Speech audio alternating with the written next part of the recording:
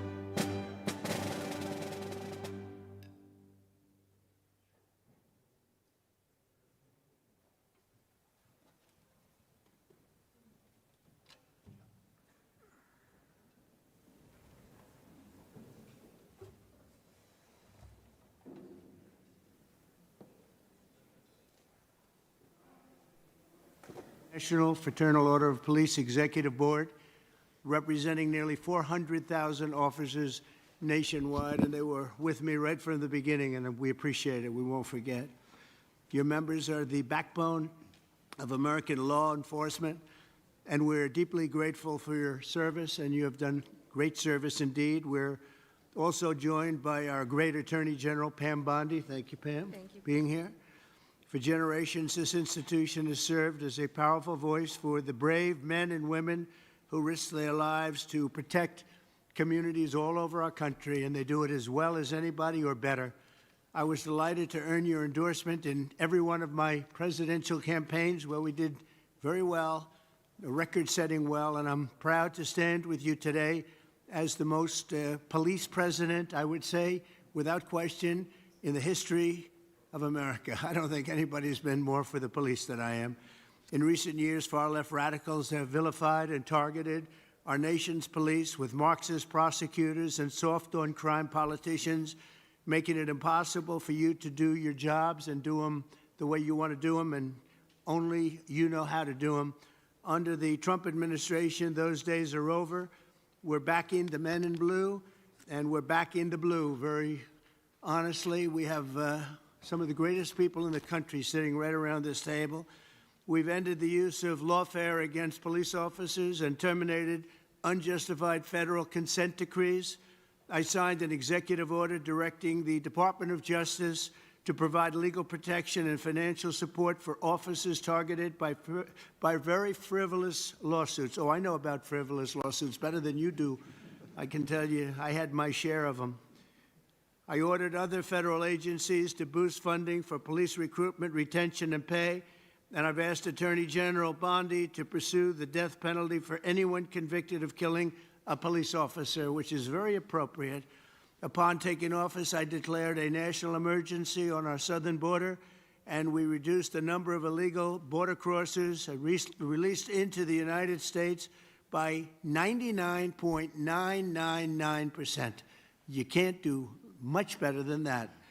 We've removed thousands of violent criminal illegal aliens from our communities as part of the largest deportation effort in American history. And just a few months into office, the national murder rate has plummeted by 28%. It's going down largely because of what you're doing. I'm also deeply grateful to the National Fraternal Order of Police for its resounding endorsement of the one big, beautiful bill, which is moving along very nicely with great support. It's a great bill. It's a bill that's going to cut taxes more than any bill we've ever put in the history of our country. It's going to cut costs and expenses by $1.6 trillion, which is the biggest cut in expenses ever. And it's going to do so many other things. You know, our country is doing record business right now. Record investment is coming in. Close to $15 trillion is already committed to come in for building new plants and factories. AI is big. Apple's investing $500 billion plus. They're all coming in. It also includes the largest investment in border security in our nation's history, equipping law enforcement with the tools to stop the invasion. I built a lot of wall, hundreds of miles of wall. Now we're going to build some additional wall where we feel we probably should build it after a little trial and error. and we're going to end up building more wall than even I built, and we built a lot. So I want to thank you for your support, and now let's get the bill passed. We want to get it passed through Congress without delay. In everything we do, we will give our police the respect and the protection and all of the resources that you need. I did that, as you know, nobody wanted to do it before me, where I gave you the military equipment that was excess. They called it excess military equipment. You know that about very well. I think every one of you benefited by that. It was in warehouses, billions of dollars worth in warehouses all over the country, and other presidents didn't want to give it to you. I did, and we gave it to you, and it helped out a lot and saved a lot of police officers' lives. I'd now like to ask Attorney General Pam Bondi to say a few words, followed by FOP National President Patrick Yoes, and then Washington, D.C. FOP Trustee Greg Pemberton, and Vice President of the Fraternal Order of Police, Joe Gamaldi, all great people. Thank you very much. Pam, thank you very much. Thank you, President, and thank you to the Fraternal Order of Police for being an unwavering voice for America's law enforcement. We all know there is no ordinary day in the life of a police officer. Each day, you leave your homes with complete uncertainty as to who you will encounter and what happens each day. You also stand on the front lines against cartels and foreign terrorist organizations while fighting the horrors of illegal drug and human trafficking. I was just in Poland this morning and arrived back not even 2 hours ago. And you have the respect of the entire world of law enforcement around this world. They respect all of you so much. Thank you for making all of us so proud on the worldwide stage. President Trump's Justice Department will do everything to protect you and to support all men and women who wear the badge in this country. We are fully committed to ensuring our local law enforcement officers have access to the resources, tools, and manpower you need to do your jobs. That means boosting recruitment and retention.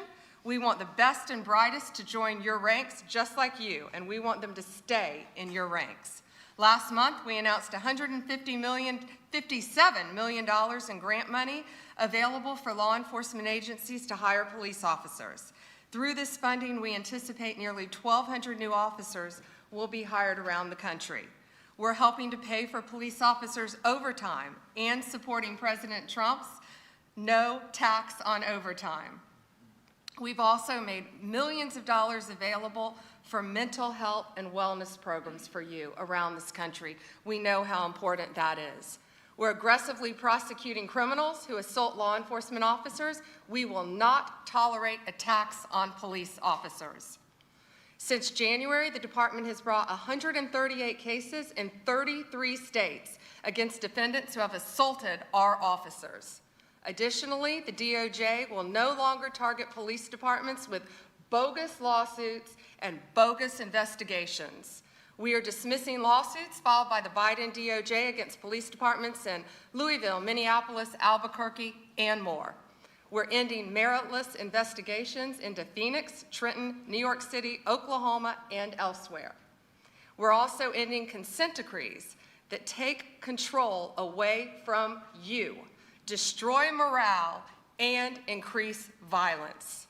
Instead, we're working with local law enforcement to give you the tools that you need to make our streets safer. We believe in backing the blue, not just in word, but in action. The Biden administration slandered you, defunded you, and undermined your service. But we stand with you, we honor you, and we will not abandon you. Thank you on behalf of President Trump, the Department of Justice.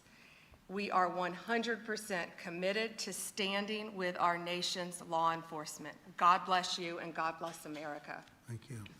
Thanks, Pam. Mr. President, first, thank you. Thank you for not only your support for law enforcement as the 45th president, but also your support as a 47th president and all the years in between. You've always been a steadfast supporter of the Fraternal Order of Police and law enforcement across this country. I want you to know on behalf of our nearly 400,000 members, we appreciate all that you do for us. With us today is members of our executive board. We also have members of FOP unions in major cities across this country, which have some very serious problems that we're working with, and we appreciate the opportunity to share with you some of our views and work together on this. You know, you made a promise to us, and I want to start by saying this. You made a promise that you were going to address overtime, tax on overtime, and that was a promise made in a new big bill. One big new bill is certainly making good on that promise. We thank you for that. You know, law enforcement officers, we find ourselves in a very difficult position where we're having a serious problem with recruiting retention, as you pointed out. The problem is the people who are working right now are working so many hours and they're forced to work overtime, and now they have the tax liabilities that are associated with being pushed into different tax brackets because of being forced to work. Not only that, they're not getting to keep the money they earn. So you, in a recruiting and retention standpoint, you show appreciation for what we do, recognize what we do in the community, and I want you to know that we're proud to support the bill. This is something that needs to be happening, a promise that you made, and we appreciate you carrying through with it, and know that we're a partner in it. You also made a number of other promises to us, and promises made that we appreciate. And I want to start with one of our first people I'd like to recognize. You promised, and here we're on our nation's capital, revitalizing the city and making it safe again. And no one knows that better than the person who lives it every day and leads the officers in the Metropolitan Police Department and our labor union, and Greg Pemberton. And I'll ask Greg to say a few words. Thank you, Pat, and thank you, Mr. President, for having us. My name is Greg Pemberton. I represent 3,000 police officers that work here for the Metropolitan Police Department in Washington, D.C.